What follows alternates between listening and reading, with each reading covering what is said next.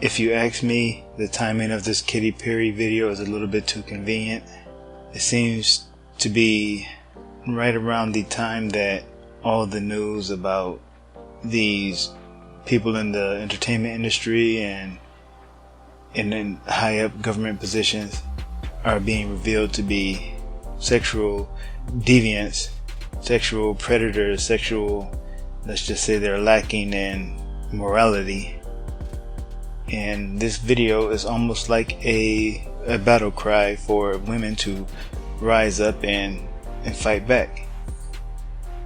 And Joan of Arc is used in this video as an emblem of the spirit that is in Katy Perry. If you prefer, you could think of it as the Jezebel spirit, or even a spirit of Lilith, that spirit that compels a woman to usurp authority over a man, to rebel against the established order, even to the point of maybe having to make herself masculine in order to gain the power and authority that she wants over a man. Now obviously, one of the first things that will strike you about this video is Katy Perry's donning of this plate armor, this chest plate with the all-seeing eye on it. Now, for the people who are not awake, these symbols can be shown again and again and again, and eventually they'll just completely stop seeing the symbols because they're just so common. But what they should do is actually wake people up and have them think, or have them wonder, okay, why do I keep seeing these symbols around everywhere? But that's typically not what happens. It just shows how blind people are, and they're getting more blind by the moment. And another thing that strikes me about this dress that she's wearing, this armor, are these rainbow colors, which seems to appeal to the LGBT crowd. And so this is almost like a rallying cry for the oppressed class of women in the LGBT. And to me, that is very ironic, because women are some of the most privileged people in this country. They have more protection under the law than men do. And so to me, it's ironic that they would consider themselves an oppressed class in America. But anyway, in this video, Katy Perry is a queen who is dating a rather, I would say, unsavory character. What he's supposed to represent, I guess, is the feminist image of the male chauvinist pig or whatever. And she is going to eventually get her little revenge on this guy. Remember that Newsweek magazine cover where it showed the balloon, the almost phallus-shaped balloon? I can't say the other word because I don't know, maybe you might have children nearby and I don't want them to hear this. So the phallus-shaped balloon was being attacked by a woman holding up what most people call the 666 hand sign, but it is actually the sign of the womb. And this is the go-to book. So right now everybody's running around saying, oh, the OK sign is actually a white supremacist symbol, right? Yeah. Well, if you guys want to go to the roots of it and actually look it up in this book, in the secret signs of the mysteries, that OK sign, even put in front of your eye and everything else, does not mean 666. It does not mean white supremacy. Now, let's just say it clearly. Signs and symbols take on their own meaning throughout generations. But the original meaning for that ancient hand sign of the OK sign, which wasn't known as the OK sign, that didn't exist until the 30s, I think, is the sign of the womb, the Vesica Pisces. It means you're in the womb. It means you're in the clique, you're in the club. So, you're correct in that way. But just to go back to the ancient roots in this ancient book, it means you're in the womb. And that also is a reference to ISIS, because the Freemasons and these secret societies mostly the Freemasons, refer to themselves openly as the sons of Isis and also the sons of the widow. And interestingly, in the Bible, the woman riding the beast says, "I shall not sit as a widow," or "I shall not remain a widow." But as for the symbolism of the womb specifically as it relates to the secret societies, the mysteries, is actually represented as the womb of Isis. So to enter the mysteries is to enter the womb of Isis. So that makes what we see in this picture very significant. You have the womb attacking the phallus, the feminine attacking the masculine, but it's really all just a part of the plan to bring America down. It's just going to become just like all the other places, third world countries, where everyone is oppressed. Women are being played like pawns. They're being played like pawns in the game. They're following this Lilith spirit, which doesn't really give a crap about them. As soon as she has her way with these women and uses them to bring down men, bring down the patriarchy, and bring down capitalism, and put us all under socialism, and make us all equally oppressed, then women are going to get kicked to the side. They're going to get basically the lockdown put on them and be looking like the women over there in Iraq or Iran who have pretty much no rights at all. And so it's really ironic to me to see these women being used by this spirit who they think is their ally, when really it's just they're really just being set up for a fall.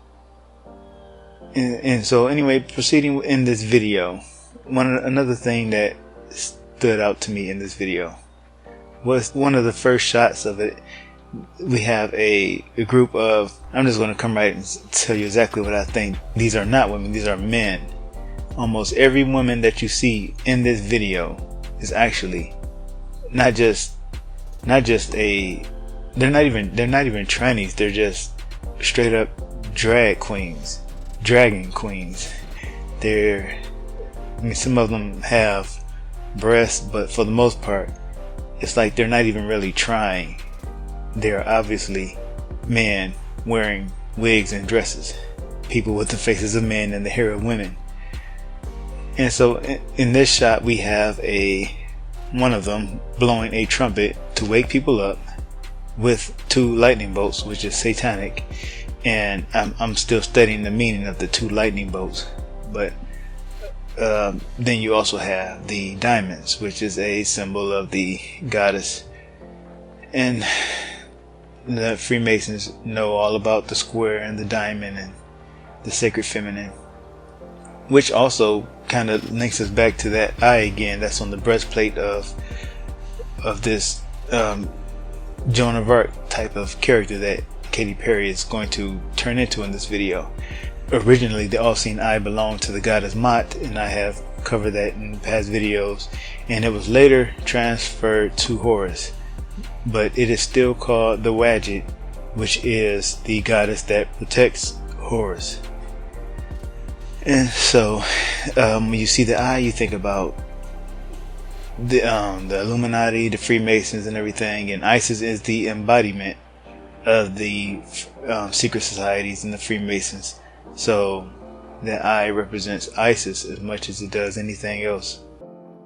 And I said, what is it? Now this is Zechariah speaking to an angel. He's being shown a vision. And the angel says to him, "This is an ephod that goes forth." And he said, "Moreover, this is their resemblance through all the earth. And behold, there was lifted up a talent of lead. And this is a woman that sitteth in the midst of the ephod." And he said, "This is wickedness." Now the thing that was most interesting to me that I stumbled across today was the word resemblance. When I looked it up, it turned out to be an eye. In blueletterbible.com is H586N, and that is probably a primitive word, an eye. Going back to Zechariah 5, we see the angel says this is their resemblance. So in other words, this is their eye throughout all the earth, or through all the earth. So this evil woman, this wickedness, is the eye. But who is this goddess of the pentagram? Could this pentagram really be a symbol for her? He is told to look to the 2 columns in the 5-pointed star and know that these are a symbol of Venus, the star of the morning. And she is known as the eye goddess. Interestingly, Ayin in Hebrew, and this all goes back to Hebrew, is the devil card. In the Bible, the star of the morning is Lucifer. Sometimes it's put as son of the morning, star of the morning. Molech is a bull god. Columbia, Isis, is the owl. Lucifer. But they're not talking. But there will be sacrifices.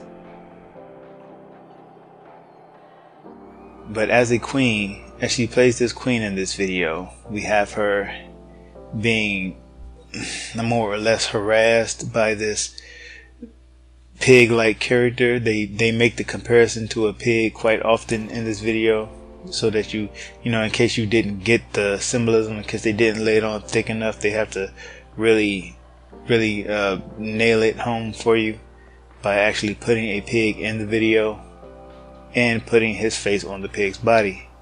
After she gets enough of all of this mistreatment by this pig, by this guy, there's this one part in the video where Katy Perry, they're actually acting like some sort of video game, and Katy Perry does the old cheap shot to the groin, attacking the phallus, attacking the masculine, member.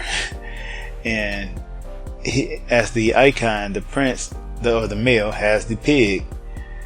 And that's how feminists like to try to portray men.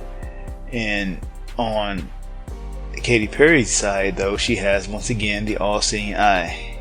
So if it wasn't clear that she was Isis, or if it wasn't clear that she represented the Illuminati, then that should hopefully make it absolutely clear.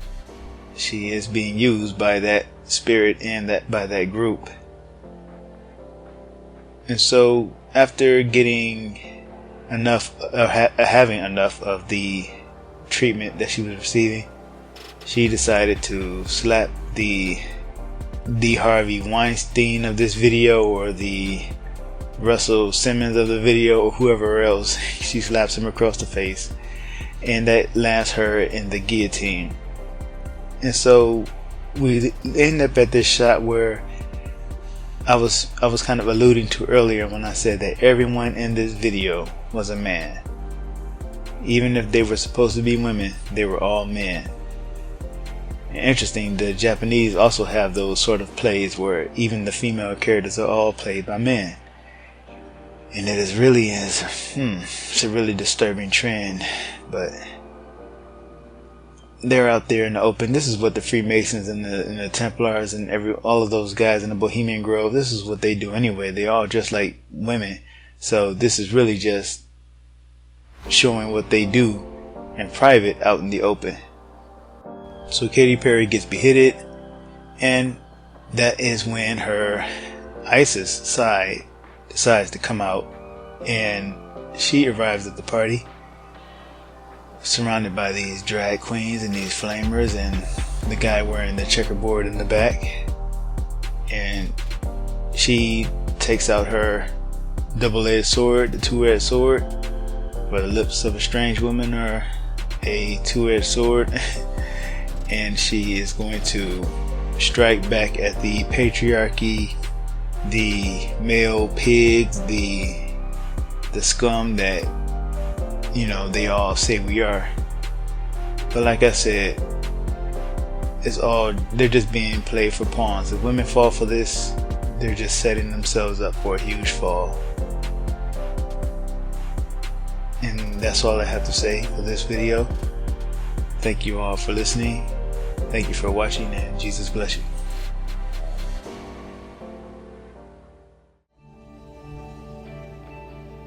It was pointed out in the previous chapter that this reverence for things feminine continues in Masonry, in which the opening charge, which is said at the beginning of each meeting, refers to the genius of Freemasonry. Wisdom seeks the secret shade in the lonely cell designed for contemplation. There she sits, delivering her sacred oracles. This genius is the guiding spirit of Freemasonry in every Mason who seeks to understand its mysteries. In an earlier age, one in which Masonry arose, this would be thought of as a real spiritual power and intelligence, not unlike a guardian angel, whose existence and influence was very real and not simply poetic license. Later esoteric groups would think of it in terms of an egregore of Freemasonry, or a collective consciousness that both gives to and receives from the actions of its members. Like geometry and wisdom in the form of Sophia before it, the tendency to turn abstract forces and ideals into anthropomorphic images, particularly of a feminine form, suggests pre-Christian sources in classical paganism. One woodcut shows geometry personified as a beautiful woman, complete with the letter G and surrounded by the working tools of the building trade.